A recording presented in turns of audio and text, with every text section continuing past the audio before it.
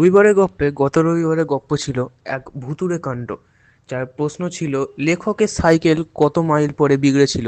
সঠিক উত্তর হবে 7 মাইল। সঠিক উত্তরদাতা হলেন তুষার রঙ্গনাথম ও সায়ক বড়াল। আপনাদের অসংখ্য ধন্যবাদ আমাদের সঙ্গে থাকার জন্য এবং আমাদের গল্পগুলি মন দিয়ে শোনার জন্য। রবিবারের গপ্প, এখানে পাবেন ভূত, গোয়েন্দা, হাসি ঠাট্টা, কৌতূহল ও রহস্য। আজকের গপ্প অজিত কৃষ্ণ বসুর লেখা জাদু কাহিনী। অজিত কৃষ্ণ বসু অক্রিব নামে বিখ্যাত এই লেখক ছিলেন সঙ্গীত, সাহিত্য, জাদুবিদ্যায় পারদর্শী। গারদের কবিতা সিরিজ বা শঙ্করস উইকলিতে মুদ্রিত তার বহু কৌতুক রচনা তাকে স্মরণীয় করে রেখেছে। জাদু সম্রাট পিসি সরকারের সঙ্গে সমান্তরালভাবে দীর্ঘদিন জাদু চর্চা করেছেন তিনি। 1946 খ্রিস্টাব্দে তার জাদু কাহিনী বইটি দিল্লি বিশ্ববিদ্যালয় থেকে পেয়েছে নরসিংহ দাস পুরস্কার। আজকের গল্পটিকে আমরা নিয়েছি পশ্চিমবঙ্গ শিক্ষা দপ্তরের সপ্তম শ্রেণীর বই থেকে। গল্পটি মন দিয়ে শুন। গল্পের শেষে থাকবে একটি সহজ প্রশ্ন, যা সঠিক উত্তর দিয়ে আপনারা পরের গল্পে পেয়ে যাবেন শাউট আউট। শুরু হচ্ছে জাদু কাহিনী।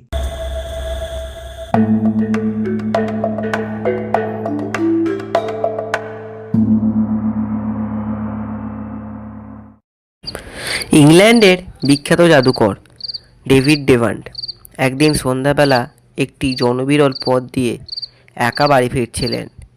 এমন সময় একটি জোয়ান চেহারার লোক তাকে পাকড়াও করে বললে, এই যে মশাই, একদিন বাদে বাগে পেয়েছি আপনাকে। আপনার টাকা বানান। ডেভান্ট একটু ঘাবড়ে গেলেন। লোকটা বলে কি, একটু সামলে নিয়ে বললেন, আগে মাফ করবেন, আপনি বোধহয় ভুল করছেন। লোকটি বললে, মোটেই ভুল করিনি। আমার এই টুপিটি সিলিং দিয়ে ভরে দিয়ে যাবেন, তার আগে আপনাকে ছাড়ছি না। এই বলে মাথা থেকে টুপিটি নামিয়ে চিৎ করে ধরলে ডেভান্টের সামনে। ডেভান্ট বুঝলেন পালাবার চেষ্টা করে লাভ হবে না। দৌড়ে বা কুস্তিতে এই লোকটার সঙ্গে পারবেন না তিনি। কাল সন্ধ্যা, পথ নির্জন, চেঁচিয়ে ডাকলেও সাড়া দেবার লোক নেই কাছাকাছি। সুতরাং লোকটিকে চটানো চলবে না, ঠান্ডা মাথায় সামলাতে হবে। ডেভান্ট বললেন, দেখুন মশাই, আমি দাঁড়িয়ে আছি, আমার পকেটখানা তল্লাশি করে যা পান সব নিয়ে যান, আমার কোনো অসুবিধা নেই তাতে। কত আছে তোমার পকেটে? প্রশ্ন করল লোকটি। ডেভান্ট বললেন, দাঁড়ান দেখে বলছি। হ্যাঁ, 1, 2, 3, 4, 5, 6, মোট 6 সিলিং আছে। লোকটি বললে, ছ, ও তো আমার টুপির তলায় এক করে পড়ে থাকবে। টুপিটা ভরে দিতে হবে বলছি না? আপনি হাওয়া থেকে ঝোপা ঝপ টাকা ধরেন, নিজের চোখে দেখেছি। আমার কাছে চালাকি? এইবার ব্যাপারটা পরিষ্কার হয়ে গেল ডেভান্টের কাছে। একটি জাদুর খেলা আছে, যার নাম কৃপণের স্বপ্ন অথবা হাওয়াই টাকশাল। এই খেলায় বারবার হাত খালি দেখিয়ে জাদুকর হাওয়া থেকে টাকা ধরে পাত্র ভরে ফেলেন। টাকাগুলো অবশ্য হাওয়া থেকে আসবে না। খেলাটি নির্ভর করে প্রধানত পামিং বা হাতের তালুতে এক বা একাধিক টাকা লুকিয়ে রাখা এবং গুপ্তস্থান থেকে টাকা নেওয়ার কৌশলের উপর। ডেভান্ট বুঝলেন এই লোকটি কোনোদিন তার এই খেলাটি দেখেছে আর ভেবে নিয়েছে সত্যিই হাওয়া থেকে টাকা ধরবার অলৌকিক জাদু তাঁর আয়ত্ত। ডেভান্ট লোকটিকে বোঝাতে গেলেন। লোকটি ক্ষেপে উঠে বললে, নারী বিয়াক্কেলে লোক তো মশাই আপনি। চোখের সামনে দেখছেন অর্থভাবে শুকিয়ে মরছি, আর আপনি হাত বাড়ালে আঙুলের ডগের টাকা এসে পড়ে, তবু হাতটুকু বারবার মেহনত করতে চান না। ভাবলাম চটপট শুরু করুন, আর দেরি নয়। ডেভান্ট বুঝলেন লোকটি গুন্ডা, গোয়ার অথবা পাগল। এতক্ষণ শুধু মুখ চালাচ্ছিল, এবার হাত পাও চালাতে পারে। সুতরাং কাল বিলম্ব না করে তিনি কাজে লেগে গেলেন। কিছুক্ষণ জাদুকর সুলভ ভঙ্গিতে হাওয়ায় হাত চালিয়ে হাওয়া থেকে একটি সিলিং ধরে লোকটির টুপির ভিতরে ফেলে দিলেন। লোকটি খুশি হয়ে বললে, বাহ, এই তো চমৎকার।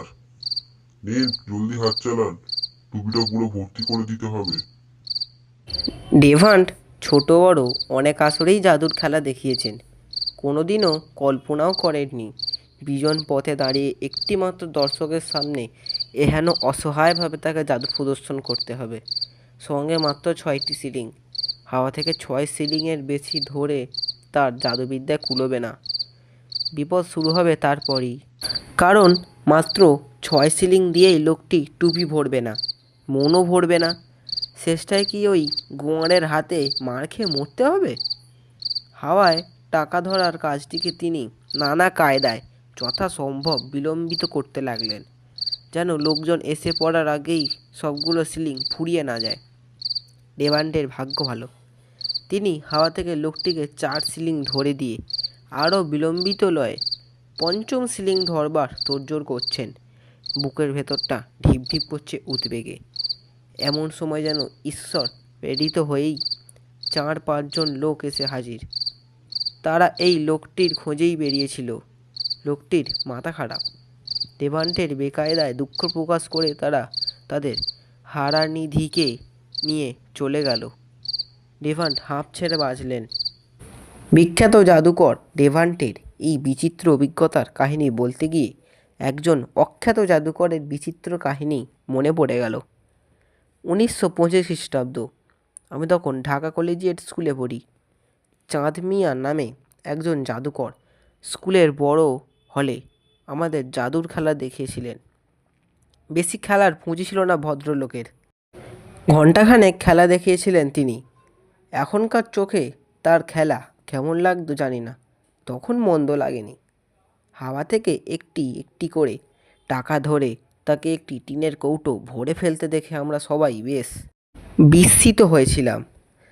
ভাবছিলাম, এভাবে হাওয়া থেকে খুশি মতো টাকা ধরবার বিদ্যাটা যদি জানা থাকতো কি ভালোই না হতো। তাহলে টাকার জন্য কোনো ভাবনা থাকতো না। সঙ্গে সঙ্গে আমাদের কয়েকজনের মনে একটু খটকা লেগেছিল। জাদুকরের দক্ষিণা সংগ্রহের জন্য আমরা ছাত্রদের 1 আনা করে টিকিট কিনেছিলাম এবং প্রধান শিক্ষক মশাই কিছু চাঁদা দিয়েছিলেন। তাতে মোট 10 টাকার বেশি হয়নি। কিন্তু তাই পেয়েই জাদুকর চাঁদ মিয়া এত খুশি হয়েছিলেন যে বোধহয় 5 টাকা পেলেও তিনি অখুশি হতেন না। এ ব্যাপারটা কেমন যেন খাপছাড়া লেগেছিল। হাওয়া থেকে খুশি মতো টাকা ধরবার জাদু যার জানা আছে, তিনি হাওয়াই টাকায় কোটিপতি না হয়ে দিনহীনের মতো এই সামান্য টাকার জন্য ফ্যাপা করে ঘুরে বেড়ান কেন? এ প্রশ্নের ভারী সুন্দর জবাব দিয়েছিলেন জাদুকর চাঁদ মিয়া। বলেছিলেন, হাওয়াই জাদুর টাকা ভোগে লাগাতে নেই, লাগালেই জাদু আর লাগে না। হাওয়ার টাকা তাই হাওয়াতেই ফিরিয়ে দিতে হয়। শুনলেন জাদু কাহিনী। গল্প পাঠে ও পাগলার চরিত্রে অর্ণব, সূত্রধার ও ডেভিড ডেভান্ট পবন, চাঁদ মিয়া সুদীপ্ত, শব্দগ্রহণ ও এডিটিং অর্ণব। আজকের প্রশ্ন, ডেভিড ডেভান্টের কাছে কত সিলিং ছিল? সঠিক উত্তরটা লিখে জানান কমেন্টে। সর্বপ্রথম সঠিক উত্তর দাদাকে আমরা পরের গল্পে শাউট আউট দিতে চলেছি। ফিরবো আবারও এক নতুন গল্প নিয়ে ঠিক পরের রবিবার। ততদিনের জন্য গুড বাই।